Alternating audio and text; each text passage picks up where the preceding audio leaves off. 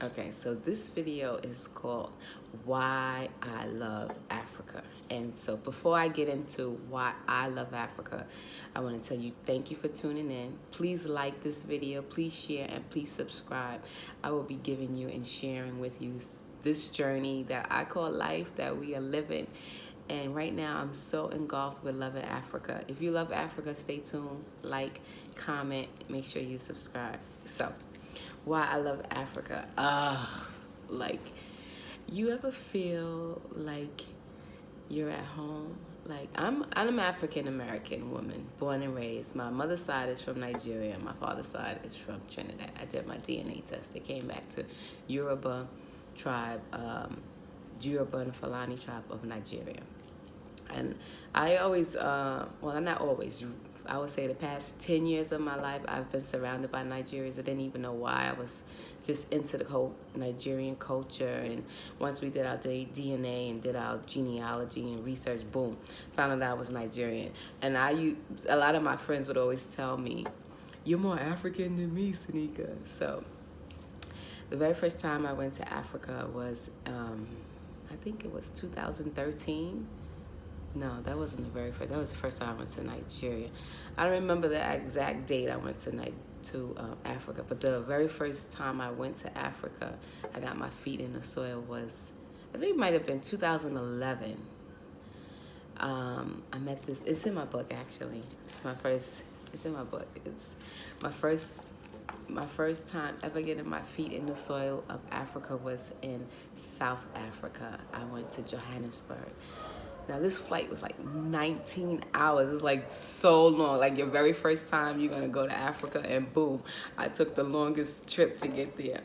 So I work at the airlines, and that's how I'm able to fly so much. And I had 7 days off, and I had just got my passport, but I didn't have any money. I had like maybe $125 in cash and maybe $150 in credit or something like that. I know I didn't really have no money. And I had 7 days. It was my vacation. My family, nobody wanted to go with me. My man had to work, and I was just like, listen, I got all this time off. I need to go somewhere. So I'm at work. The next day starts the vacation. I meet this lady. I call her auntie to this day, and she had to get rebooked or something was wrong with her ticket, and we started conversing, and I was like, wow, I wish I could go with you to Africa. And she said, come go with me. Girl, you know my crazy behind was like, okay, I'm going. I went home, I told everybody I was going. They were like, you're crazy. You can't be going to Africa, and of all places, South Africa.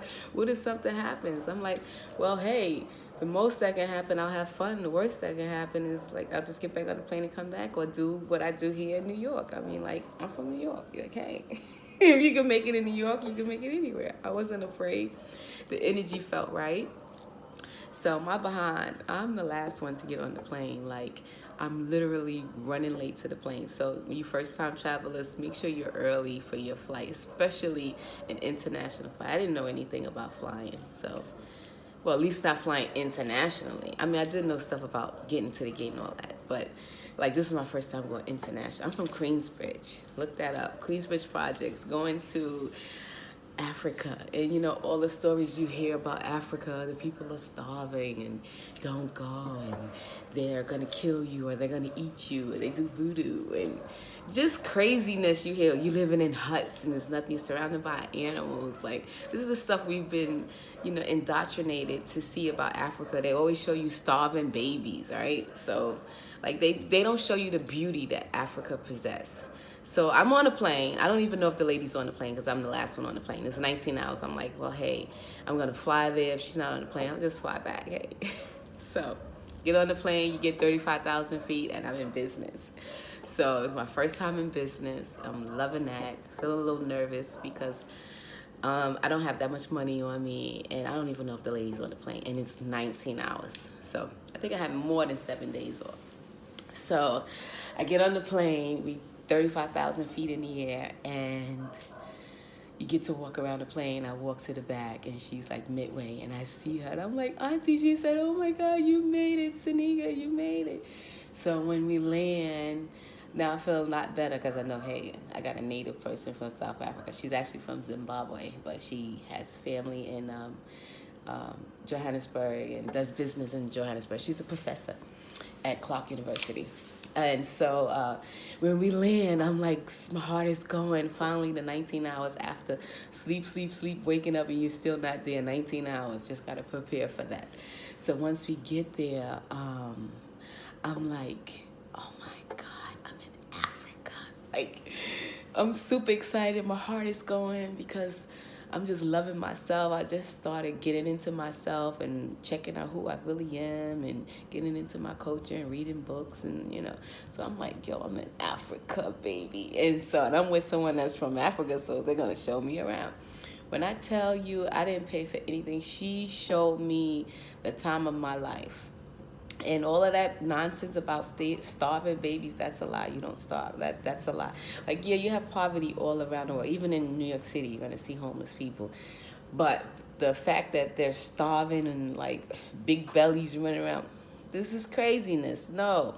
I'm in Johannesburg. I land. We pull over to the side of the road. I'm like, please, I got to pick up some dirt, touching the earth. I'm home. And, I mean, it was just incredible. I met her friends, and she took me around. We went to the mall of Brooklyn, and it's like home. You see your brothers and sisters, and like, you looking like, I'm like, wow, that person looks like this person back at home. People are nice. You don't feel like you on edge. And when I tell you, I love to eat. I think that just sparked my whole eating episode. Like, the breakfast, because they like that colonial breakfast. Like, I had everything, and I love spices. I don't know, that first trip to Africa, I gained at least 15 pounds, and I'm not lying. I ate everything, and back then I was eating everything, but the food was so amazing. And she just took me around and introduced me to Africa. And from that one incident of not knowing, and the money that I did have, I think I just used that just for buying a bunch of souvenir to bring back for people and buying stuff. I bought this beautiful bag. I still have this South African bag. But you saw the creativity and listened to the music and how humble and so friendly everyone was. And it was just really, like, we spoke to each other. Like, people say good morning, people say hi, and really mean it. Like, it was just life-changing for me. And that was my first meeting with Africa and coming back home and feeling the energy and experiencing the love. And I humbly come to you and invite you to Africa. I mean, even if you don't come with me on my tours, like, I do tours now to Ghana, and I just highly recommend, if you haven't been to Africa, don't even believe me. I want you to know for yourself. Book a trip, go to Africa. Like, even if you don't know nobody, it's the safest place on the planet Earth. Like, and I know that sounds like, well, the safest place on the planet Earth is inside of a black woman. But besides that, I'm saying the most comfortablest place as a black woman, a black person, if you want to go to some other place. I mean, I always wanted to go to Paris, Hawaii, Rome, like a lot of European countries that we've been told you need to go to, but you never hear people telling you come to Africa. You never hear anything great about Ghana. You never hear anything great about Kenya. You never hear anything great about Johannesburg. You always hear negative stuff about us, where in Africa it has nothing but all the resources, and every other race of people is in Africa ripping her all her natural resources. You may encounter a lot of Africans that come to America, or if you're in the Caribbean, and they tell you their story. Yeah, it's a struggle. It's a struggle in New York City. It's a struggle in America. It's a struggle in California. It's a struggle wherever you are. But don't focus on the struggle, I don't care where I'm at. You're going to pay bills. I mean, you're going to always earn money. Like, I focus on earning money and meeting people, and this is whatever you're focusing on. But Africa is like, I remember when I went to Nigeria. That was my first time. Oh my God. Because they tell you Nigeria is like New York to the 10th power. Because New York, we that fast paced, like, New York ain't got nothing on Nigeria. You can make it in Nigeria. You can make it anywhere in the world.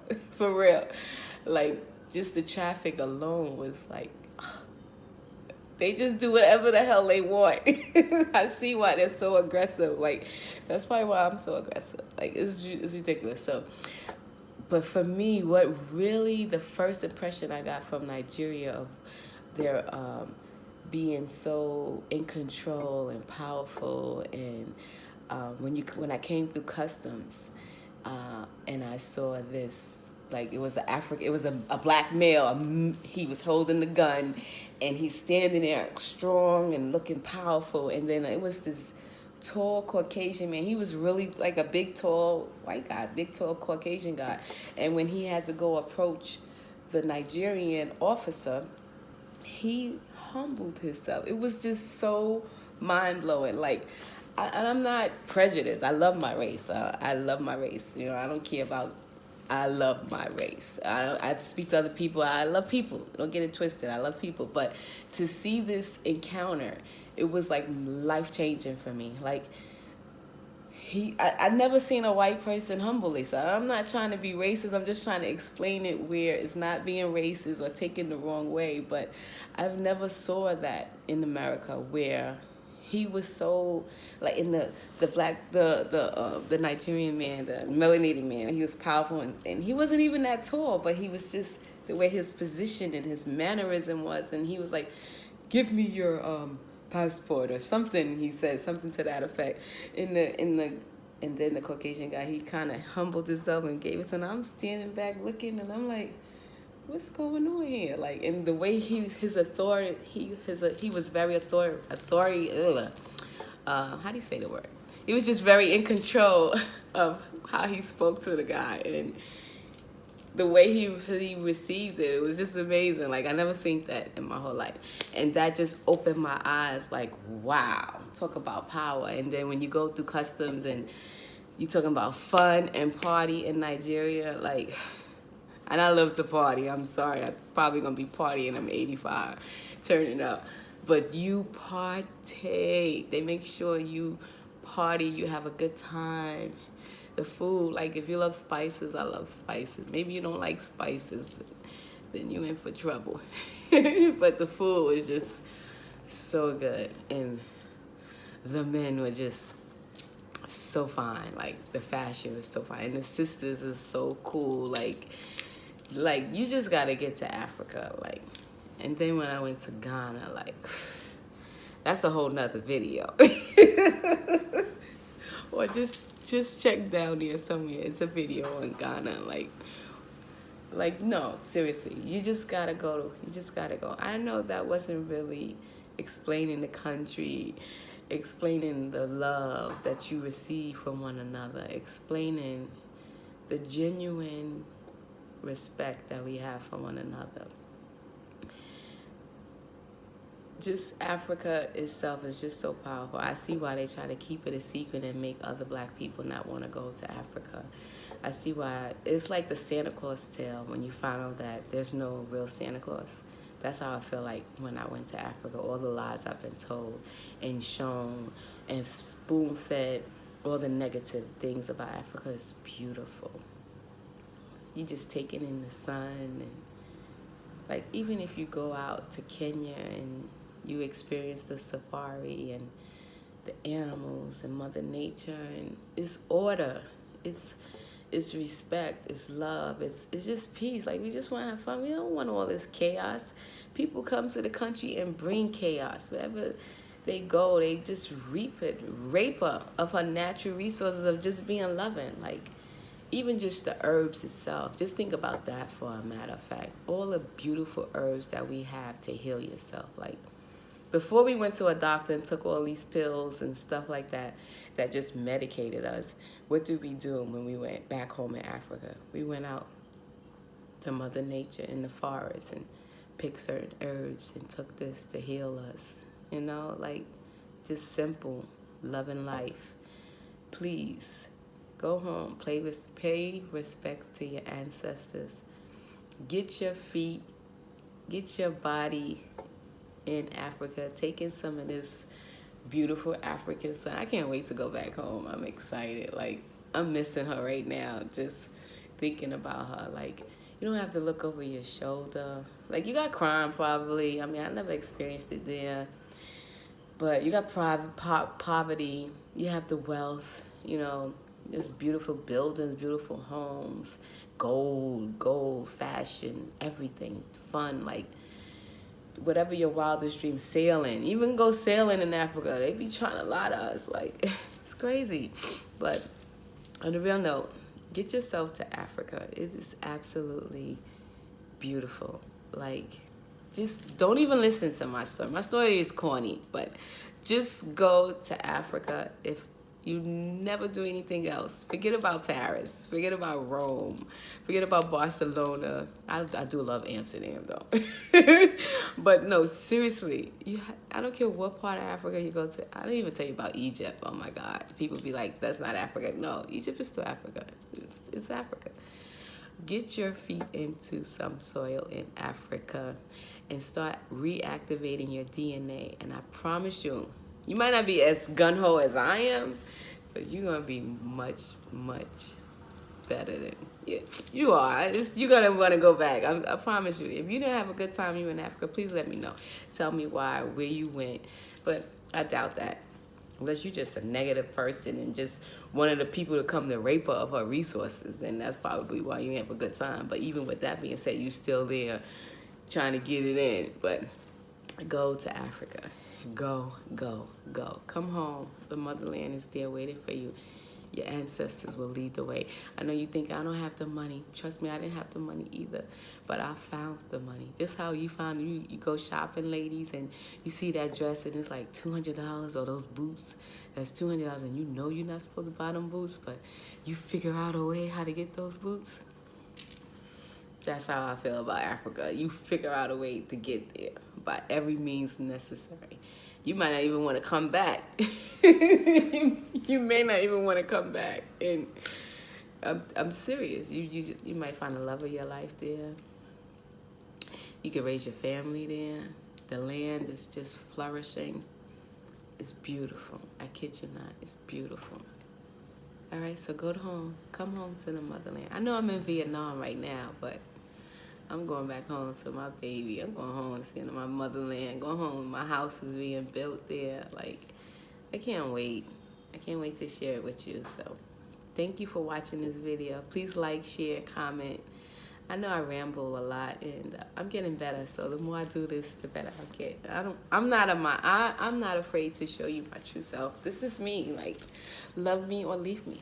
Like, share, comment. It's all good. It is what it is. But do you? I'm gonna do me, because I'm loving Africa. Go do Africa. Let's do it together.